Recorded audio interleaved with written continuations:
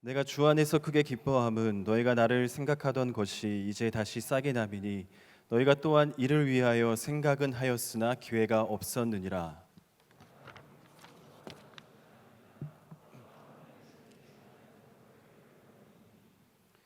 나는 비천에 처할 줄도 알고 풍부에 처할 줄도 알아. 모든 일 곧 배부름과 배고픔과 풍부와 궁핍에 또 처할 줄 아는 일체의 비결을 배우노라. 함께 읽겠습니다.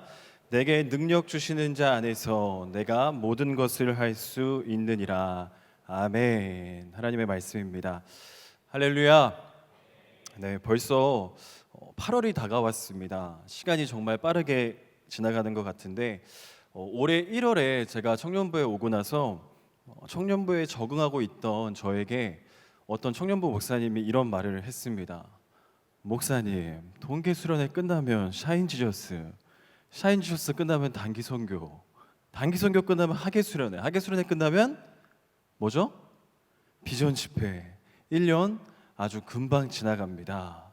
이 말을 했는데 그때는 그 말이 무슨 의미인지 잘 몰랐습니다. 왜냐하면 1월이 너무나 12월까지 가는 게 되게 길게 보였거든요. 그런데 지금 보니까 정말 순식간에 벌써 8월 달이 왔습니다. 2022년 남은 기간 동안에도 하나님께서 일하시고 우리와 함께 하시며 크신 능력과 은혜로 동행하여 주실 줄로 믿습니다. 우리 그런 의미를 담고 함께 인사하겠는데요. 끝까지 주님 안에 달려갑시다. 우리 한번 이렇게 인사하겠습니다.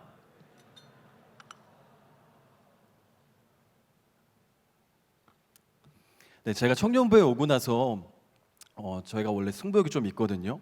승부욕이 아주 불탄 적이 있었는데 이 대학부와 청년부 교역자 간에 이 승부 대결이 있었습니다. 남자라면 내기나 대결에서 무조건 어떻게 해야 되죠? 이겨야 되죠. 그래서 먼저 이 스크린 야구 아세요? 이상한 데 아니고요. 가서 이제 스크린에 있는 야구를 치는 데인데 거기서 이제 먼저 가서 대결을 했었어요. 그런데 자신감을 가지고 갔어요. 왜냐하면 저도 야구장에서 몇 번 쳐본 적이 있었고 공을 못 맞히지 않고 잘 맞췄기 때문에 이제 자신감을 갖고 갔는데 대학부 교육자분들이 분명 못한다고 했는데 정말 사기꾼같이 정말 잘하더라고요. 그리고 우리 황대성 목사님하고 박유한 목사님하고 이지명 목사님은 잘했는데 저는 안타를 딱 하나 쳤어요. 그래서 타율이 0.6인가? 되게 낮은 거거든요. 이렇게 돼서 되게 2점 차로 지게 되었습니다. 그래서 그날 정말 잠이 오지 않았어요. 그 다음 리벤지 매치가 열렸습니다. 제가 또 제안을 했죠. 3대3 농구를 한번 합시다. 한번 졌기 때문에 대학부 교육자분 한 분 한 분에게 다 물어봤어요. 근데 김준환 목사님하고 최혜노 목사님은 원래 농구 멤버거든요. 그래서 잘하기 때문에 그 남은 두 분에게 물어봤는데 못한다고 하는 거예요. 그래서 박유한 목사님은 원래 농구를 잘하시고 저와 황대성 목사님이 잘하면, 그리고 가장 중요한 이지명 목사님이 시합에 들어가지 않으면 우리 청년부는 이기겠다, 이런 계산이, 자신감이 막 생기는 거예요. 그래서 이제 리벤지 매치로 3대3 농구를 했는데 결과는 어땠을까요? 전반 10점, 후반 10점이었는데 20대 12로 졌습니다. 왜 졌냐면 그 못한다고 했던 대학부에 이시성을 가진 전도사님이 한 분 계세요. 근데 그분이 8점을 혼자 넣은 거예요. 그래서 또 졌어요. 정말 그 전도사님을 생각하면 이 사기의 능력과 농구와 야구의 능력이 정말 대단한 것 같습니다. 여러분, 그리고 이제 9월쯤에 이 청년부와 대학부가 축구 시합을 할 예정이에요. 그런데 이번에는 우리 교육자 말고 우리 청년들도, 우리 대학부 지체들도 같이 이제 참여해서 뛸 예정인데 여러분 꼭 기도해 주세요. 꼭 이겨야 됩니다. 그리고 축구 하시는 우리 청년들은 지금부터 준비하셔야 됩니다. 별거 다 기도 부탁을 드려서 죄송한데 이 얘기를 한 이유가 있습니다. 여러분은 어떤 것을 잘하십니까? 어떤 것을 잘하십니까? 어떤 능력의 소유자십니까?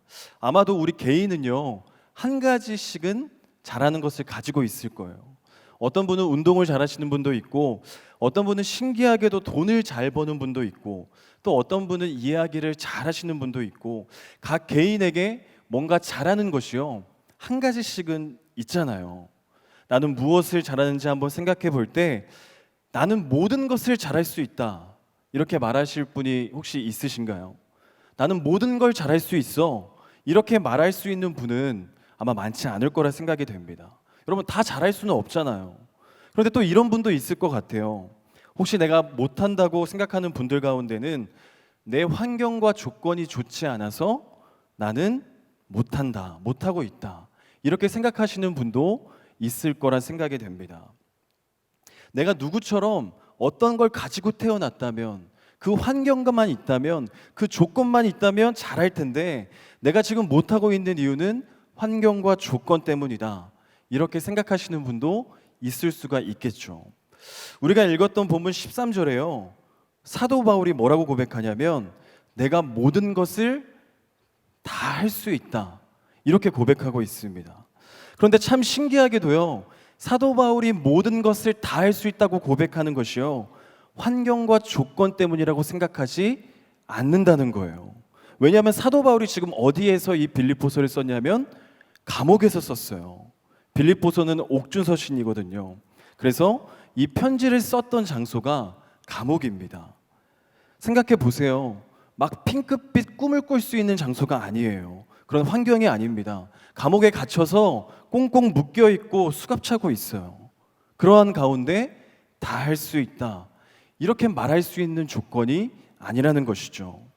그럼에도 불구하고 바울은 무엇을 믿고 있길래 이렇게 당당하게 모든 걸 난 잘할 수 있어 어떻게 이런 고백을 할 수 있었을까요? 오늘 저와 여러분이 이 말씀을 가지고 좀 고민하기를 원합니다. 왜 바울은 모든 것을 다 할 수 있다고 고백할 수 있었는지 그 근거가 무엇인지 두 가지 정도로 함께 은혜를 나누고자 합니다. 그 첫 번째 근거가요 주 안에 있을 때입니다. 우리 13절을 한번 같이 한번 읽어볼까요? 빌립보서 4장 13절을 같이 한번 읽어볼게요. 시작. 내게 능력 주시는 자 안에서 내가 모든 것을 할 수 있느니라. 아멘. 사도 바울은 이렇게 고백하고 있습니다. 이 주 안에서 예수 그리스도 안에서 이 말이 포함되어 있는데 빌립보서 4장이요 잘 보시면 몇 절까지 있어요? 23절까지 있습니다. 근데 23절까지 짧으면 짧은 구절인데 이 주 안에서의 말이요 8번이나 반복되고 있어요. 제가 한번 불러드릴 테니까 우리 성경을 보시고 한번 밑줄을 한번 쳐보세요. 먼저 1절입니다. 1절에 뭐라고 되어 있습니까? 1절을 보니까 주 안에 서라 이렇게 되어 있어요. 그리고 2절을 보니까 주 안에서 같은 마음을 품으라. 주 안에서 또 나오고 있죠. 그리고 4절을 한번 보십시오. 4절을 보니까 주 안에서 항상 기뻐하라. 그 다음에 7절입니다. 7절을 보면 뭐라고 말씀하시죠? 그리스도 예수 안에서 너희 마음과 생각을 지키시리라. 그 다음 10절입니다. 10절에 보니까 내가 주 안에서 크게 기뻐함은 13절입니다. 내게 능력 주시는 자 안에서. 또 어디 나옵니까? 19절입니다. 19절을 보게 되면 그리스도 예수 안에서 영광 가운데 이렇게 고백하고 있어요. 그리고 마지막에 21절을 보시면요 그리스도 예수 안에 있는 성도에게 이렇게 고백하고 있어요. 지금 주 안이라는 말이요 8번이나 반복이 되어 있는데 이 8번이나 반복하는 이유는 여러분 강조입니다. 바울은요 주 안에서를 8번 반복하면서 무엇을 강조하고 있는가? 이러는 거예요. 무슨 일을 하든지 주 안에서 생각하고 판단하고 결정하는 삶을 산다는 거예요. 여러분 사도 바울은 그러한 삶을 살았다는 겁니다. 어떻게 보면 그것이 사도 바울이 모든 것을 할 수 있다고 고백할 수 있는 그 비결이 바로 주 안에서라는 거예요. 바울은 오늘 우리에게 이 시간에 그것을 강조하고 있습니다. 오늘 제목을 보면 옆에 아래에 좀 신기한 문자가 보이시죠? 이게 헬라어인데요. 주 안에서를 헬라어로 번역하면 이 엔 크리스토거든요. 이게 사도 바울의 모든 능력의 출발인 거예요. 그 출발이 뭐냐면 바로 주 안에서의 신앙입니다. 무엇이든지 주 안에서 바라보는 능력이에요. 어떤 일을 당하는지 주 안에서 해석합니다. 어떤 것을 주시는 간에요, 주 안에서 그것을 받는 거예요. 이게 사도 바울이 갖고 있던 특별한 능력이었어요. 그 관점과 시각이 주 안에 있을 때, 주 안에 머물러 있을 때 환경과 조건에 사는 인생이 아니라 주님 주신 능력으로 그것을 뛰어넘는 인생을 살게 되더라는 것입니다. 그의 삶을 통해서 우리는 환경과 조건을 뛰어넘는 삶이 어떤 것인지를 발견하게 됩니다. 오늘 이 예배에 함께한 모든 분 가운데 나는 환경과 조건이 좋지 않다, 그렇게 생각하시는 분이 있다면 주 안에서의 신앙, 엔 그리스도의 믿음을 꼭 붙잡는 은혜가 있기를 간절히 축복합니다. 그 붙잡는 자에게요, 하나님이 분명히 승리하게 하실 수 있는 능력을 주실 줄로 믿습니다. 여러분, 우리의 삶에서요, 아픈 일이 있거나 힘든 일이 있으면 어떠세요? 대부분 원망과 불평이 나오지 않습니까? 제가 이번에 코로나 확진이 되었잖아요. 제가 집에서 예배를 드리는데 김남수 왕따설과 메시아설이 있는지 저는 온라인 예배를 드리면서 처음 알았어요. 여러분 알고 계셨어요? 좀 알려주시지 그랬어요. 담임 목사님께서 교육자에게 2박 3일의 휴가를 주셔서 제가 결혼하고 처음으로 이 장인어른과 장모님을 모시고 처음으로 속초에 1박 2일 여행을 갔습니다. 원래 모시고 가는 거 힘들잖아요. 근데 정말 좋은 뜻으로 장인어른과 장모님을 모시고 좋은 의미로 갔는데 저와 아내와 아들과 장인어른과 장모님 모두가 확진되는 결과를 가져왔어요. 코로나 감염이 그렇게 심하던 3월에 청대 교육자분들 8명 중에 7분이 확진됐는데 저만 살아남았잖아요. 근데 왜 하필 그때 걸렸으면 지원금도 엄청났거든요. 근데 지금 걸리면 지원금도요 거의 안 나와요. 그래서 정말 집에서 아이를 보면서 아프고 있는데 저도 모르게 원망과 불평이 많이 나더라고요. 여러분 가운데 이해되지 않는 일, 내 인생에 내가 받아들일 수 없는 일이 일어날 때 여러분들은 그것을 어떻게 받아들입니까? 성경에요, 도대체 감당할 수 없고 동의할 수 없는 일이 일어날 때 어떻게 살았는지를 보여주는 인물이 하나 있습니다. 바로 요셉이에요. 요셉은요, 후회와 원망과 조건을 다 갖춘 사람이었어요. 그의 인생은 하나님의 뜻이 어디 있냐고 물어볼 수 있는 사람이었습니다.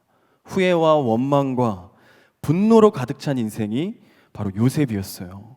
뭘 후회했을까요? 내가 괜히 꿈을 얘기했어. 하루에도 수백 번이고 후회하지 않았겠어요?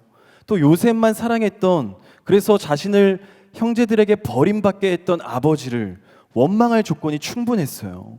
또 자신을 노예로 팔아들인 형들, 나중에 만나면 복수하겠다는 분노가 요셉에게 있지 않았겠어요? 요셉의 인생을 한마디로 정리해보면요, 후회와 원망과 분노로 가득한 그런 인생을 살 수밖에 없는 그런 환경과 조건을 가진 삶이었다는 거예요. 그런데 여러분, 요셉의 이야기를 읽어보면요, 요셉은 그런 삶을 살지 않았어요. 요셉에게도 그런 원망의, 그런 분노의 갈림길이 있었단 말이에요. 내가 후회와 원망으로 저주하며 살 것인가, 아니면 하나님 안에 거할 것인가. 이 갈림길에 섰을 때가 그의 인생에서 분명히 있었을 거예요. 그런데 요셉은 어떻게 했습니까? 바로 하나님 안에 거하기로 결정했어요. 요셉이 한 일 중에 가장 잘한 일은요, 주님 안에 거하기로 한 일이에요. 요셉은 보디발의 아내의 유혹도 이겨냈습니다. 감옥에서의 그 처절한 외로움과 고독도 이겨냈어요. 대제국의 애굽의 총리가 됐어요. 생각해 보세요. 히브리 노예가 총리가 되었는데 그의 발을 잡는 반대 세력이 얼마나 많았겠어요. 그의 발목을 잡는 수많은 세력들도 이겨냈습니다. 정치적 승리도 이뤄낸 거예요. 그런데 그것보다 더 잘한 거는요, 요셉은 하나님 안에 거하기로 결정했다는 겁니다. 내 환경과 조건에 따라 후회와 원망과 분노로 사는 것이 아니라 그 모든 걸 다 덮고 하나님 안에서 살기로 결정한 것, 이게 가장 잘한 거예요. 요셉은 왜 이런 결정을 했을까요? 현재는 노예살이에요. 옥살입니다. 그런데 하나님께서 함께 하시면 이 모든 것들을 선으로 바꾸게 하신다는 그 확신이 있었기 때문에 그 결정을 할 수 있지 않았겠어요? 그게 바로 하나님 안에, 주님 안에 거하는 사람의 특징입니다. 하나님 안에 있을 때 우리에게 좋게 해석하는 능력을 주신다는 거예요. 하나님 안에 있을 때 우리에게 주시는 축복이 바로 이겁니다. 여러분, 미래를 선택하는 것, 미래를 결정하는 것은요, 우리의 선택에 달려있지 않아요. 복을 보장하는 길이 따로 있는 게 아닙니다. 내가 지금 어떻게 살고 있는가, 내가 하나님을 바라보고 있는가, 내가 주님 안에 거하고 있는가, 내 관점과 시각이 지금 어디를 바라보고 있는가, 여기서 판가름 나게 되어 있어요. 우리 모두에게 항상 그 갈림길에 설 때가 있다는 거예요. 어떠한 형편이든지 우리가 하나님 안에 거하는 것, 이게 하나님의 뜻이고 가장 복된 자의 길인 줄로 믿습니다. 이런 요셉이 뭐라고 고백하면요, 창세기 50장 20절에 보니까 이렇게 고백합니다. 우리 화면을 보고 같이 한번 읽어보겠습니다. 시작.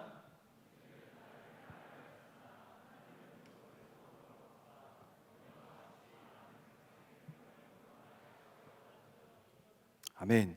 여러분, 이 고백이 뭔지 아시죠? 내가 아무리 믿음 없어도 잘못한 선택을 했더라도, 모든 게 잘못되더라도 주님 안에 거하기만 하면, 그 하나님 손에 들려드리기만 하면 하나님이 그 모든 것을 선으로 바꾸실 수 있다는 고백이에요. 요셉은 그 하나님을 믿었습니다. 요셉이 자기를 그렇게 만든 사람을 저주하면서 분노하면서, 하나님의 뜻이 어딨어? 하나님 제게 왜 이러십니까? 이렇게 하나님을 원망하고 탓하는 삶이 아니라 주어진 삶 속에 긍정적인 삶을 살아갔다는, 그 위대한 역사를 만들어냈다는 그런 인생이 되었다는 거예요. 왜요? 하나님은 그 모든 것들을 선으로 바꾸실 수 있는 능력이 있으시기 때문이에요. 선으로 바꾼다는 것을 신약 성경의 표현으로 보면요, 합력하여 선을 이룬다는 뜻이거든요. 우리 로마서 8장 28절인데 같이 한번 읽어볼게요. 화면을 보시고 함께 읽겠습니다. 우리가 알거니와 하나님을 사랑하는 자 곧 그의 뜻대로 부르심을 입은 자들에게는 모든 것이 합력하여 선을 이루느니라. 아멘. 모든 것을 선으로 바꾸시는 하나님, 또 합력하여 선을 이루신 하나님, 이것을 믿는 자에게는요, 하나님께서 영원히 동행하시고 인도하시는 인생을 살 수 있다는 거예요. 여러분, 합력하다는 말이 헬라어로 이 수네르 게온데요, 영어의 어떤 단어와 비슷하죠? 어떤 단어와 비슷하죠? 질문을 하면 안 된다는 걸 제가 또 까먹었습니다. 여러분, 수네르 게오는요, 영어에 이 시너지라고 들어봤어요? 이 시너지가 헬라어의 수네르 게오에서 왔어요. 여러분, 시너지가 무슨 뜻이에요? 동반 상승 효과예요. 5개가 모이면 5개밖에 안 되지만요, 하나님 안에 구하는 사람들이 모이면 5개가 50개가 되고 500개가 된다는 거예요. 하나님 안에 붙들리면요, 아무리 좋지 않고 아무리 작은 것이라도 상승 효과가 있어요. 하나님 안에 거하기만 하면 하나님께서 합력하여 선을 이루신다는 것입니다. 여러분, 성경에요, 심은 대로 거둔다, 이 말씀 많이 들어보셨죠? 심은 대로 거둔다. 심은 대로 거둔다고 하니까 많은 사람들이 내가 심은 것, 딱 그것만 주시는 인색한 하나님으로 생각하는 분들이 많은데요, 그렇지 않습니다. 여러분, 심은 대로 거둔다는 말은요, 그 포인트는 심는다에 있어요. 그게 무슨 말일까요? 심지도 않는 분들이 많다는 거예요. 여러분, 심기만 하면요, 그 이상으로 더 부어주시고 더 큰 것으로 주시는 하나님을 만나게 될 텐데, 그 하나님을 믿지 않고 그 능력을 의지하지 않는다는 거예요. 하나님께서 넘치게 부어주시고 싶은데 우리는 심지도 않는다는 거예요. 하나님은 나쁜 것, 실패하는 것이라도 하나님 손에 맡겨드리면 선으로 바꿔주시는 하나님을 보게 하신다는 것입니다. 오늘 우리 모두가 그 하나님을 바라보기를 간절히 원합니다. 그래서요, 우리는 하나님 앞에 있는 그대로 나와야 돼요. 내가 뭔가 해결하겠다고 하면 그것은 안 하겠다는 겁니다. 있는 그대로 가지고 나오면 하나님께서 그것을 맡으시고 그것을 선으로 바꿔주시는 줄로 믿습니다. 여러분, 그러므로 우리는요, 심판대 앞에 서기까지 함부로 평가를 내려서는 안 됩니다. 말씀을 붙잡고 성령을 의지하고 주 안에 거하는 자가 지금은 초라할지라도 반드시 승리한다는 거예요. 여러분, 이것을 믿으셔야 됩니다. 하나님 안에 있으면 모든 걸 잘할 수 있는 거예요. 사도 바울이 지금 비록 환경과 조건이 감옥인데도 불구하고 그가 모든 것을 할 수 있다, 이렇게 얘기했던, 그렇게 고백할 수 있던 첫 번째 근거가 뭐예요? 바로 주 안에 있었기 때문입니다. 여러분, 요셉이요, 이 믿음을 가지고 주 안에서 선택해서 바뀌었어요. 여러분, 그럴 때 요셉에게 나타나는 현상이 뭐냐 하면 바로 기쁨이었어요. 기쁨으로 자기에게 주어진 일들을 감당하게 되는 거예요. 그때부터 모든 게 변하기 시작하는 거예요.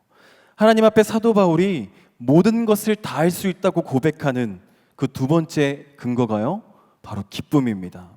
오늘 본문 10절을 보니까 사도 바울이 처음에 뭐라고 고백하냐면 내가 주 안에서 크게 기뻐함은, 이렇게 고백하고 있어요. 우리가 읽지는 않았지만 또 4절을 보니까 이렇게 고백합니다. 우리 4절을 같이 한번 읽어볼게요. 4절을 화면을 보시고 한번 읽겠습니다. 시작. 주 안에서 항상 기뻐하라. 내가 다시 말하노니 기뻐하라. 여러분, 바울의 상황은요, 기뻐할 것이 하나도 없었어요. 감옥에서 뭐가 기뻤겠어요? 갇혀 있습니다. 얼마나 답답하겠어요. 기쁠 수 있는 처지와 환경이 아닌데 사도 바울이 기쁘다고 고백하고 있잖아요. 이거 혹시 거짓말일까요? 사도 바울이 속이고 있는 걸까요? 이 고백이 거짓이 아니라고 얘기할 수 있는 근거가 있습니다. 왜냐하면 바울은요, 그 선교의 사역을 조금만 하다가 그만두지 않았어요. 바울이 어떻게 했습니까? 로마에서 순교하기까지, 그 날까지 계속 갔어요. 여러분, 기쁘지 않는 건요, 절대로 계속 할 수 없어요. 어느 순간에 그만두게 되어 있어요. 여러분, 사도 바울이 기쁘지 않았다면 어떻게 그렇게 끝까지 달려갈 수가 있었겠어요? 성경 그 어디에도 바울이 선교하다가 그만뒀다라는 기사는 없습니다. 주님 앞에 가는 날까지 끝까지 달려갈 길을 달려갔다, 성경은 그렇게 말씀하고 있죠. 왜요? 사도 바울은 기뻤기 때문이에요. 여러분, 기쁘세요? 저와 여러분이 모두가 주님 안에서 기쁘시기를 소망합니다. 여러분, 신앙생활하면서 열심히 직분과 사명을 감당하다가 그만두는 경우는요, 자세히 보면요, 기쁨이 사라지기 때문이에요. 여러분, 자신에게 물어야 돼요. 기쁘십니까? 기쁘세요? 하나님의 일을 감당하는 게 행복하세요? 저도 교육자로서, 목회자로서 가장 힘들 때가 있다면 바로 그 기쁨이 없을 때입니다. 여러분, 기쁘셔야 돼요. 중간에 그만두는 건 기쁘지 않기 때문입니다. 끝까지 갈 수 없어요. 우리 안에 기쁨을 사라지게 하는 그 요소들을 제거하셔야 됩니다. 여러분, 마태복음 9장 14절을 보게 되면요, 세례 요한의 제자들이 예수님께 와서 이런 질문을 해요. 제가 한번 읽어볼게요. 화면을 보시고 한번 보세요. 9장 14절입니다. 그때 요한의 제자들이 예수께 나와 이르되 우리와 바리새인들은 금식하는데 어찌하여 당신의 제자들은 금식하지 아니하나이까? 이렇게 물어요. 여러분, 이 당시의 경건주의자들은요, 하루에 12시간씩 기도하고 또한 일주일에 이틀씩 금식했다고 합니다. 여러분, 요한의 제자들도 그랬겠죠. 그런데 요한의 제자들이 가만히 보니까 이 예수님의 제자들이 금식을 하지 않는 거예요. 왜 당신의 제자들은 금식하지 않습니까? 이렇게 예수님께 물었단 말이에요. 여러분, 생각해 보세요. 이게 금식을 권면하는 말입니까? 이게 무슨 말이에요? 한마디로 말하면요, 요한의 제자들은 기쁨이 없었다는 거예요. 억지로 하고 있다는 거예요. 남들 다 하는데, 다 안 하는데 왜 나 혼자만 고생하느냐, 그런 의미예요. 그러니까 하기 싫다는 이야기를 이렇게 표현하고 있는 거예요. 여러분, 기쁨이 사라진 종교적 행위는 죽을 맛입니다. 이러지도 저러지도 못해요. 만약 기쁨이 없는 신앙생활을 하고 있다면 우리는 오래 갈 수 없어요. 끝까지 못 가게 되어 있어요. 우리가 신앙생활을 하면서 하지 말아야 할 이 세 가지 질문이 있습니다. 첫 번째는 왜 남들은 하지 않는가요? 두 번째는 왜 나만 하는가요? 세 번째는 왜 그런 나를 인정해 주지 않느냐입니다. 이게 하지 말아야 될 세 가지 질문들이에요. 여러분, 기쁨이 사라질 때요, 슬그머니 우리 안에 뭐가 들어오냐면 비교 의식이 들어와요. 다른 사람과 나를 비교하게 되고 우리 교회와 다른 교회를 비교하게 되고 이 세상의 방법들과 교회 안에 하나님의 방법들을 나도 모르게 비교하게 돼요. 사명자는요, 그리스도인들은요, 여러분 기쁨 가운데 살아야 돼요. 그런데 많은 분들이 이렇게 얘기하죠. 목사님 기쁘지 않아요. 목사님 기쁜 일이 없어요. 사실입니다. 기쁘지 않아요. 여러분 상황이 늘 어렵단 말이에요. 그럼에도 불구하고 기뻐하기 위해 사도 바울이 했던 방법이 있습니다. 그게 뭘까요? 제가 11절과 12절을 한번 읽어드리겠습니다. 여러분 한번 들어보세요. 내가 궁핍함으로 말하는 것이 아니라 어떠한 형편에든지 나는 자족하기를 배웠노니 나는 비천에 처할 줄도 알고 풍부에 처할 줄도 알아. 모든 일 곧 배부름과 배고픔과 풍부와 궁핍에도 처할 줄 아는 일체의 비결을 배웠노라. 아멘. 여러분 상황이 좋고 기쁠 만한데 자족할 필요가 있을까요? 그냥 가만히 있으면 기쁜데 왜 자족을 합니까? 여러분 자족이라는 말은요, 상황이 좋지 않다는 것을 포함하고 있어요. 그러므로 자족은요, 그냥 되지 않습니다. 우리가 기쁜 상황에서는요, 그냥 기뻐할 수 있어요. 그런데 상황이 안 좋은데 기쁠 수 있는 이 자족은요, 능력인 거예요. 자족의 능력이 있는 사람은 상황과 조건을 이기고 기뻐할 수 있습니다. 그래서 모든 일을 할 수 있다는 거예요. 왜요? 끝까지 가기 때문에, 중간에 어떠한 환경으로 인해 시들어지지 않기 때문이에요. 환경과 조건에 기쁜 일이 있을 때만 기쁜 사람은요, 반드시 중간에 멈추게 되어 있다는 거예요. 여러분 자족할 수 있는 능력, 이 능력이 사도 바울의 능력이 되었을 때 전 유럽을 하나님의 복음으로 복음화시키는 그 사명을 감당할 수 있었던 겁니다. 여러분 오늘요, 우리의 삶의 모습을 한번 돌아봤으면 좋겠어요. 내 믿음의 현 주소를요 봤으면 좋겠어요. 그래서 오늘 이 시간에 이 기쁨이 내 안에 사라져 있다면 하나님 기쁨을 회복시켜 주시옵소서. 하나님의 일을 감당하는데 하나님 기쁘게 하여 주옵소서.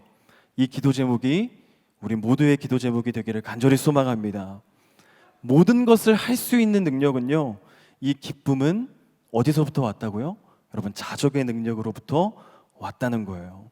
다시 말해 사도 바울은 상황이 기쁘지 않았지만 의도적으로 기뻐했다는 거예요. 여러분 감옥에서 편지 쓰고 있는데 뭐가 기쁘겠어요? 그러나 하나님께 자족하는 마음을 구했어요.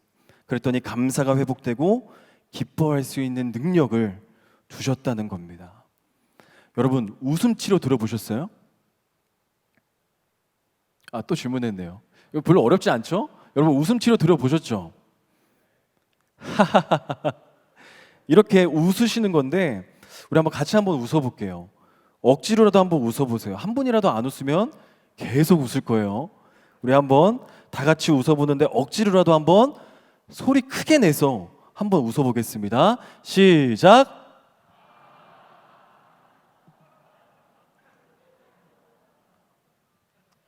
여러분 너무 약해요.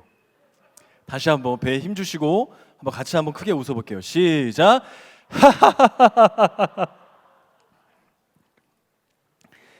제가 TV에서 이 웃음 치료를 봤는데 되게 이상했어요. 막 정신 나간 사람들 같고 막 배를 치면서 막 혼자 웃는데 막 난리가 났습니다. 근데 억지로 웃을 때 효과가 있을까? 이런 생각이 들었는데 그 TV 프로에서 전문가가 하는 말이요, 억지로 웃는데도 우리의 뇌에서 뭐가 나와요? 엔돌핀이 나오고 그 웃음이 치료 방법이 된다고 합니다. 놀랍지 않아요? 다시 한번 웃을까요? 시작. 여러분 다 치료되신 거예요. 우리가 항상 이렇게 웃었으면 좋겠어요. 여러분 지금요 이렇게 억지로 웃었는데 우리 청년부의 그런 얼굴이 활짝 폈어요. 한번 옆에 한번 보세요. 옆 사람 한번 보세요. 폈죠? 여러분 웃을 수 없는 상황에서요 억지로 웃는 것이 치료 효과가 있대요. 그런데요 주 안에서 기쁠 수 있는 이 자족의 능력이 우리의 모든 것을 할 수 있는 능력이 되지 않겠습니까? 사도 바울은 그래서 데살로니가 교회에 보내는 편지에서 다음과 같이 이야기하고 있어요. 우리 화면을 보고 같이 한번 읽어보겠습니다. 데살로니가전서 5장 16절부터 18절 같이 한번 읽어볼게요. 시작. 항상 기뻐하라. 쉬지 말고 기도하라. 범사에 감사하라. 이것이 그리스도 안에서 너희를 향하신 하나님의 뜻이니라. 아멘. 여러분, 여기도요 말씀을 보니까 그리스도 예수 안에서 라고 고백하고 있어요.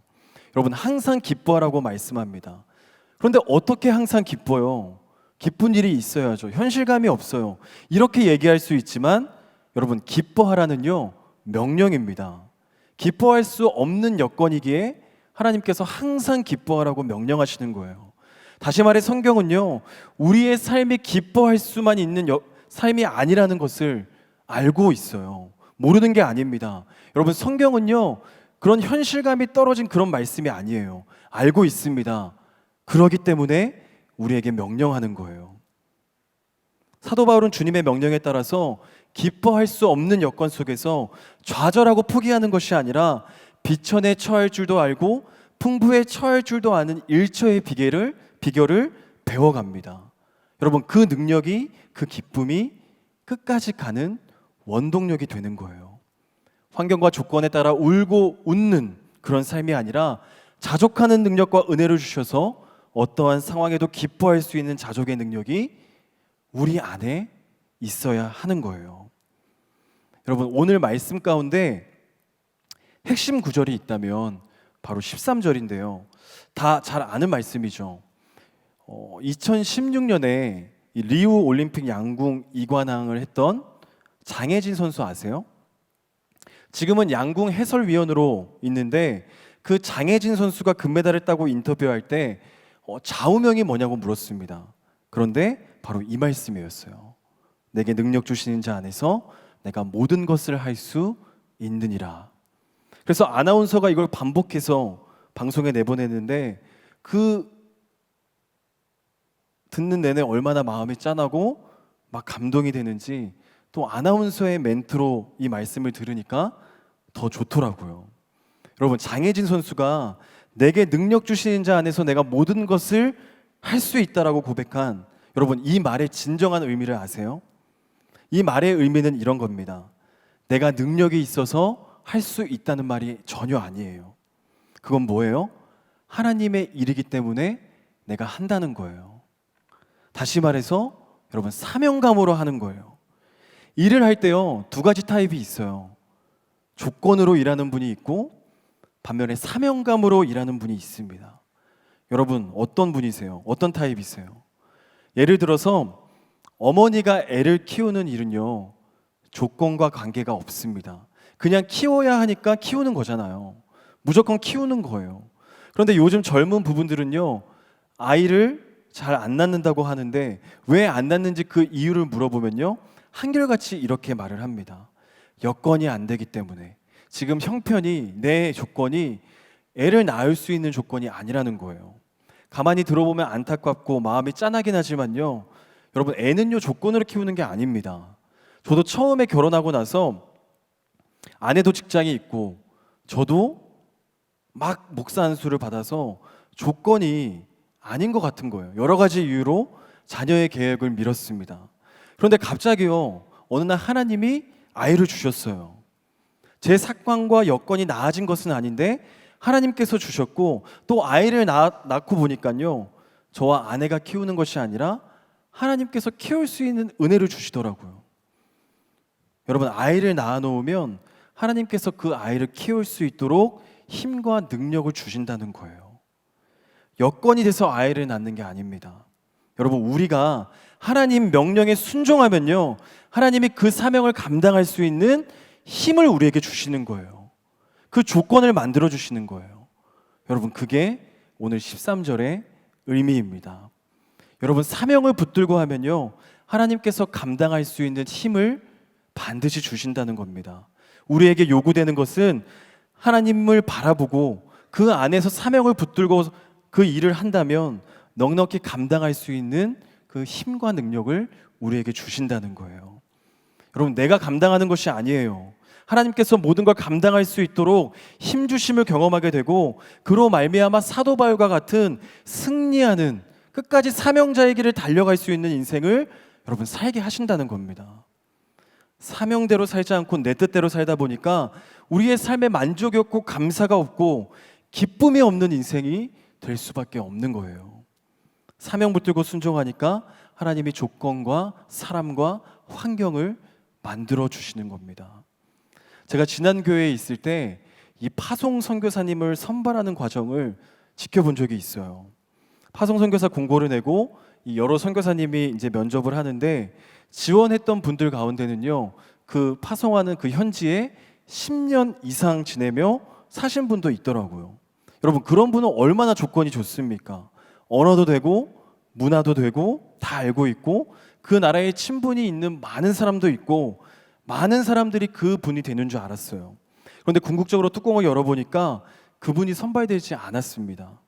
어떻게 보면 환경이 되게 열악한 분이 선발이 되셨는데, 많은 교회 분들이 이거 비효율적이고 타당한 행사가 아니다 라는 그런 이야기를 많이 했어요. 제가 기회가 돼서 담임 목사님께 한번 여쭌 적이 있어요. 목사님, 왜 이분이 되셨습니까? 이렇게 물었더니 이렇게 말씀하는 거예요. 조건은 되는데 사명이 없다는 거예요. 조건이 되는데 사명이 없는 사람을 뽑아놓으면 그 자기의 조건을 가지고 일한다는 거예요. 그런데 그런 분들이 늘 어떤 보고를 하냐면, 왜 그 지역에 못 들어가는지, 왜 그 사역이 불가능한지 안 되는 이유, 안 되는 조건들만 늘 얘기한다는 거예요. 주님의 일은 조건으로 하는 게 아니라 사명으로 하는 거야. 저는 이 말씀이 잊혀지지가 않습니다. 여러분, 조건이 아니라 사명을 가지고 일하는 사람들이 교회를 세워가고 하나님 나라를 세워가는 거예요. 여러분, 우리 모두가 사명을 가지고 주님의 일을 감당할 때 하나님께서 모든 것을 할 수 있는 능력을 우리에게 주시는 줄로 믿습니다. 여러분, 믿으셔야 돼요. 여러분, 말씀을 맺겠습니다. 제가 기사에서 이런 비교를 했던 글을 본 적이 있어요. 여러분, 괭벌이라고 아세요? 꿀벌, 말벌은 아시죠? 두 애예요, 두 애. 괭벌 들어보신 적 있어요? 이 노란색과 검은색의 줄무늬의 몸을 가진 벌인데요, 보이시죠? 몸은 이따만한데 날개가 요만해요. 몸에 비해 날개가 너무 작습니다. 날개에 비해서 몸이 너무 뚱뚱해서 역학적으로 나는 것이 불가능하다고 해요. 그런데 신기하게도요, 이 괭벌은 이 점을 인식하지 못하고 일주일에 1000km 이상을 달아다니며 꿀을 딴다고 합니다. 날 수 있는 조건이 되지 않지만 괭벌은 날아다니는 거예요.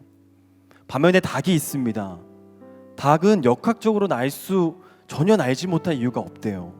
날 수 있는 조건을 다 갖췄지만 날지 못합니다. 왜 안 나는 걸까요? 땅에 먹을 게 많은데 뭐하러 나냐? 그래서 안 나는 걸까요? 여러분, 닭은 날 수 있는 큰 날개를 갖고 있지만 날지 않습니다. 여러분, 신앙의 모습이요, 딱 이런 모습이라는 생각을 해봅니다. 여러분, 믿음 생활은, 신앙은요, 조건으로 하는 게 아니에요. 신앙생활 하다 보면 이렇게 말씀하시는 분들이 있어요. 목사님, 조건이 안 되는데, 내 상황이 안 되는데 어떻게 모든 것을 할 수 있습니까? 어떻게 할 수 있어요? 여러분, 주님 안에서 내게 능력 주시는 자를 의지하고 주님 주신 사명감으로 하는 거예요. 그럴 때 하나님께서 그 일을 이루신다는 것입니다. 환경과 조건으로 일하는 것이 아니라 하나님을 바라보고 그 기쁨으로 나아가면 그것으로 말미암아 하나님께서 그 일을 이루신다는 거예요. 우리가 하나님의 일을 감당할 때 우리에게 필요한 조건이 있다면 여러분, 바로 기쁨이에요. 기쁨으로 감당하셔야 돼요. 기쁨이 없으면 여러분 끝까지 가지 못합니다. 여러분, 이제 코로나로 인해서 멈추었던 사역들이 3년 만에 다시 시작하고 있어요. 얼마 전 사인지저스와 단기 선교도 은혜 가운데 잘 마치고 이제 하계수련회를 앞두고 있습니다. 지금 예전과요, 다르게 많은 일들을 다 감당하고 있잖아요. 여러분, 기쁘세요? 기쁘십니까? 오늘 말씀을 통해서 그 기쁨과 사명이 회복되는 그 은혜가 우리 안에 있어야 있을 줄로 믿습니다. 여러분, 이제 2022년도 얼마 남지 않았어요. 남은 5개월간 내게 능력 주시는 자 안에서 내가 모든 것을 할 수 있다. 이 고백이 여러분과 저의 고백이 되길 소망합니다. 여러분, 그러기 위해서는 두 가지 원리를 붙잡으셔야 돼요. 항상 주 안에 있으셔야 됩니다. 그리고 기쁨을 회복하시고 자족하기를 배우셔야 돼요. 그렇게 살아갈 때 하나님께서 우리를 통해 위대한 일을 이루어 가시고 우리 모두가 사명을 붙들고 끝까지 달려나가는 은혜가 있을 줄로 믿습니다. 우리 오늘 말씀을 기억하면서 함께 우리 결단하며 나가겠습니다.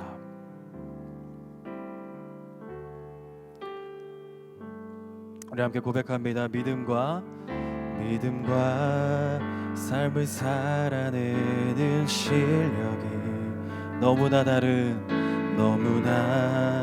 다른 내 모습을 볼 때에 이 모습도 주가 살아가실까? 자신 없는 내 모습 그저 주님 앞에 있네. 나 같은 자도 사랑하여 주시고 한 번도 나를 떠나지 않으셨네. 아픔 속에 주를 찾게 여긴 날 꾸짖지 않으시고 내 손 잡아주시네. 오직 주님 안에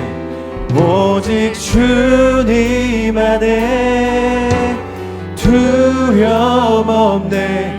고난을 통해 날 만드심을 믿네. 주님만이 내 모든 것 되시네. 주의 강한 손 날 붙드시. 오직 주님 안에 소망이 있습니다. 오직 주님 안에 소망이 있네. 내 삶을 통해 영광 받으실 주님만이 내 모든 것 되시네. 주의 선하심 나 노래하네. 한 번 더 고백합니다. 믿음과 삶을 살아내는 실력이 너무나 다른 내 모습을 볼 때에 이 모습도 주가 살아가실까? 자신 없는 내 모습 그저 주님 앞에 나 같은 자를 사랑해 주십니다. 자도 사랑하여 주시고 한 번도 나를 떠나지 않으셨네. 아픔 속에 주를 찾게 여긴 날 꾸짖지 않으시고 내 손 잡아주시. 오직 주님 안에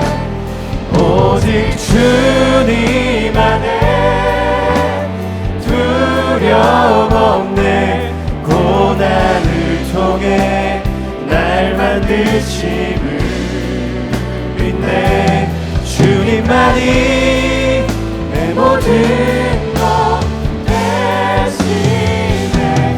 주의 강한 손 날 붙드시네.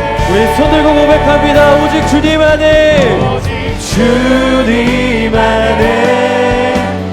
소망이 있네. 내 삶을 통해 영광 받으신 주님만이 내 모든 것 되시네. 주님, 오직 주님 안에 있겠습니다. 우리 결단하며 한 번 더 고백합니다. 오직 주님 안에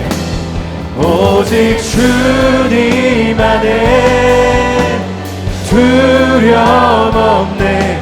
고난을 통해 날 만드심을 믿네.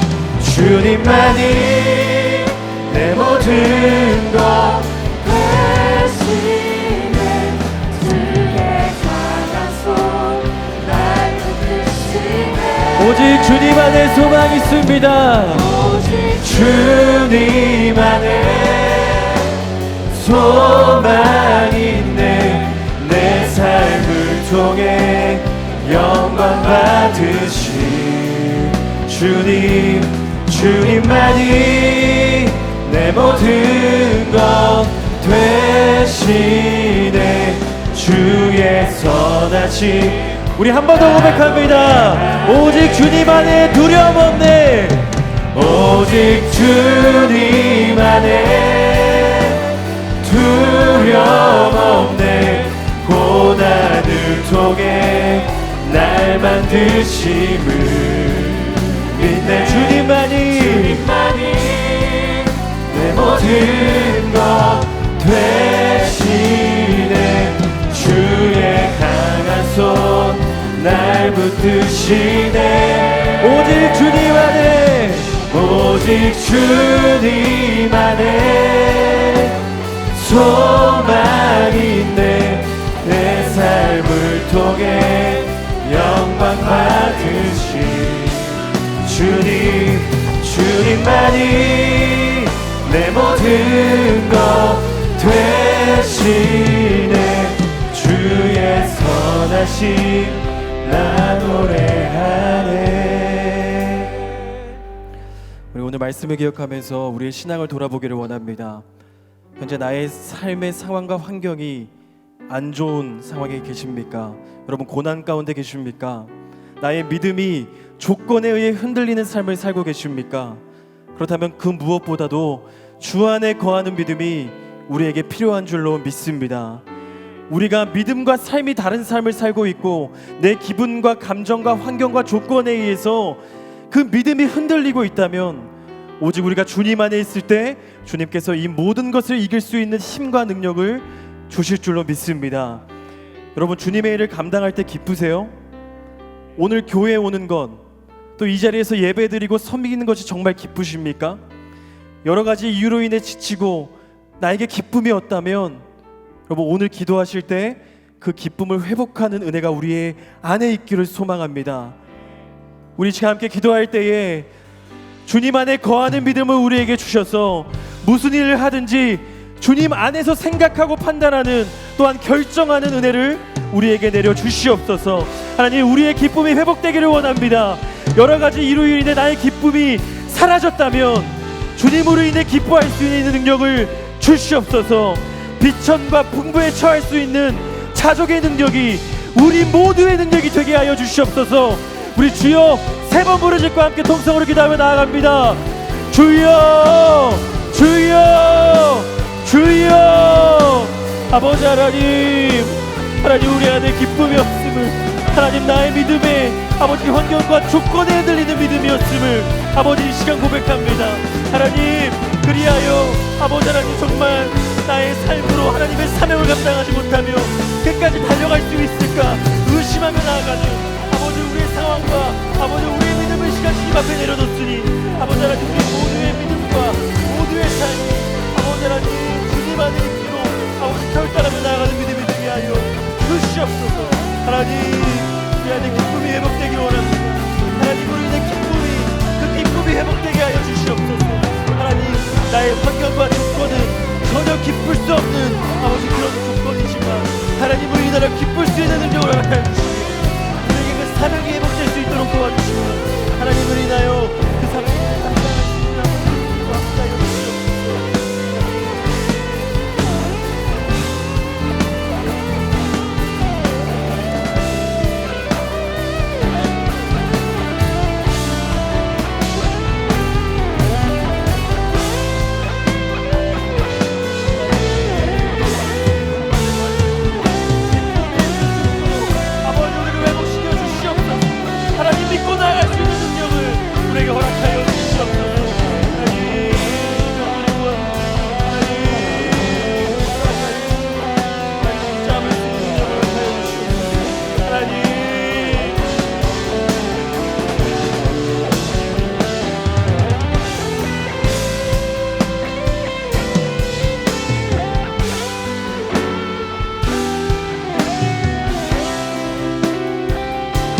함께 고백합니다. 주 약속 안에서, 주 약속 안에서 내 영혼 평안해.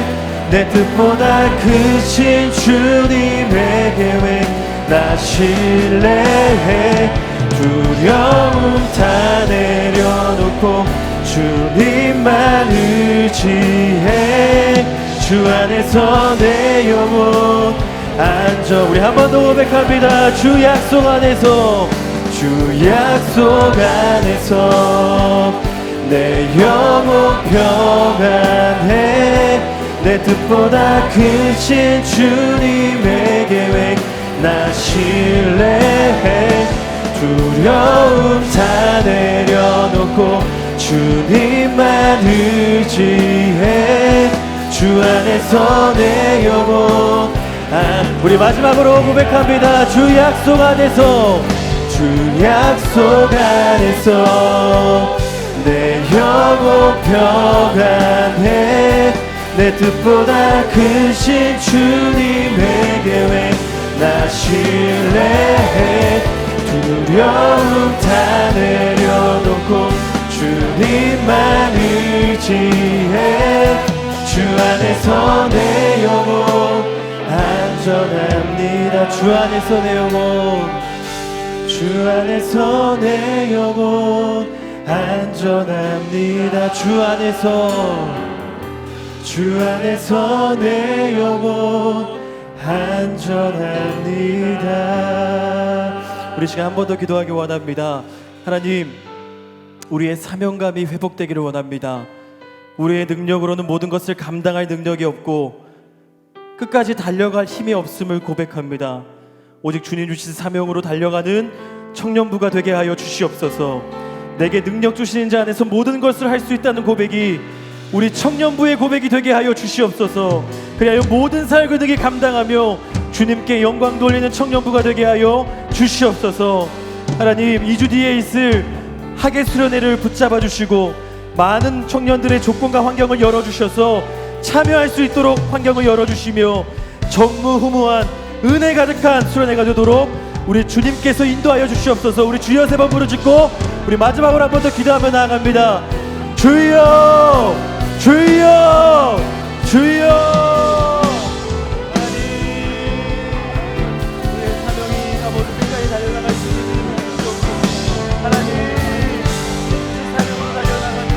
아버지 하나님, 귀한 청년부가 되게 하여 주시옵소서. 하나님, 되게 하여 주시옵소서. 하나님, 아버지 지치지 않게 하시고 지치지 않게 하시고 하나님, 찬양하며 나갑니다. 귀한 하나님,